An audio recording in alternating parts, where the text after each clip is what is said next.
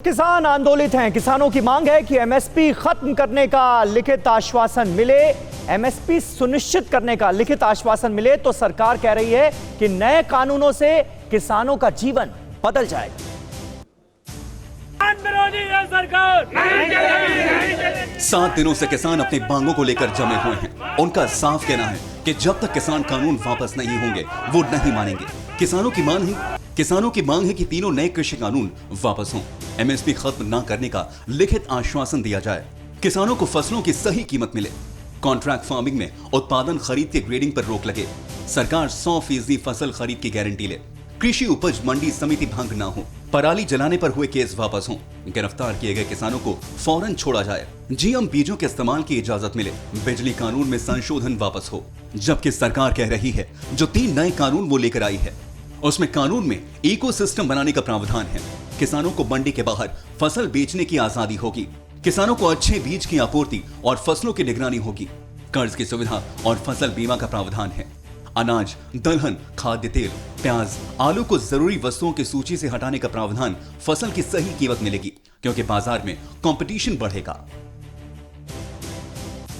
और अब आपको तस्वीर का दूसरा रुख दिखाते हैं। किसान आंदोलन के 7वें दिन भी कोई हल नहीं निकल पाया है। वहीं दिल्ली वासियों को इस आंदोलन का अंजाम भुगतना पड़ रहा है। दिल्ली को किसानों ने चारों तरफ से घेर लिया है। जोरदार प्रदर्शन हो रहे हैं और इसका सबसे तेज असर आम लोगों पर पड़ रहा है। लोगों को घंटों जाम का सामना करना पड़ रहा है। दिल्ली से लगने वाले लगभग सभी बॉर्डर सील कर दिए गए हैं। Tikri border, Jharoda border, Jhatikara border, Noida link road, Singhu border, Lampur border और चंदी बॉर्डर।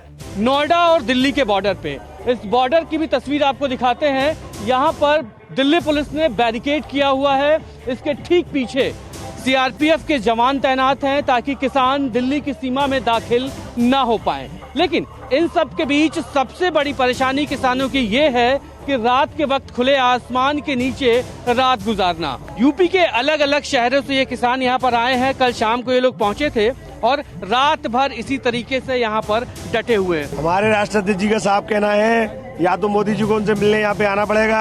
अगर मोदी जी यहाँ नहीं आते तो किसान आयोग का गठन करिए। उम्मीद करते हैं कि किसानों की समस्या का जल्द समाधान हो ताकि आम लोगों की जिंदगी पर कोई असर न पड़े। और चीन एक धोखेबाज मुल्क है। उसने ही गलवान हिंसा की पूरी साजिश रची थी और अब एक अमेरिकी रिपोर्ट ने भी इस पर मोहर लगा दी। ड्रैगन के धोखेबाजी, जालसाजी और पीठ पर वार करने के उसकी फितरत का नया सबूत सामने आया है। गलवान में हुई हिंसा की साजिश चीन ने ही रची थी। उसने भारतीय सैनिकों को उकसाया और अपने 43 से ज्यादा सैनिकों को बरपा दिया। हालांकि 20 भारतीय जाबाज भी शहीद हुए थे। अब एक अमेरिकी रिपोर्ट में खुलासा हुआ है कि इसकी पूरी साजिश चीन ने ही रची थी। इस हमले का मकसद चीन का अपने पड़ोसी देशों के खिलाफ जोर जबरदस्ती अभियान को तेज करना था। अमेरिका के चीन आर्थिक और सुरक्षा समीक्षा आयोग ने अपनी ताजा रिपोर्ट में कहा, कुछ सबूत ये बताते हैं कि चीन सरकार ने इस हमले की साजिश को रचा था। इसमें सैनिकों की हत्या की संभावना भी शामिल है। चीन सरकार के वास्तविक नियंत्रण रेखा पर इस उकसावे वाले कदम को उठाने के पीछे का ठीक ठाक कारण अभी इस साल नहीं पता चल पाया है। हालांकि चीन के इस कदम का संभावित कारण भारत के सीमा इलाकों में रणनीतिक सड़क बनाना है। जाहिर है चीन का सच दुनिया के सामने कई बार आ चुका है और कोई भी इस धोखेबाज मुल्क पर यकीन नहीं करता।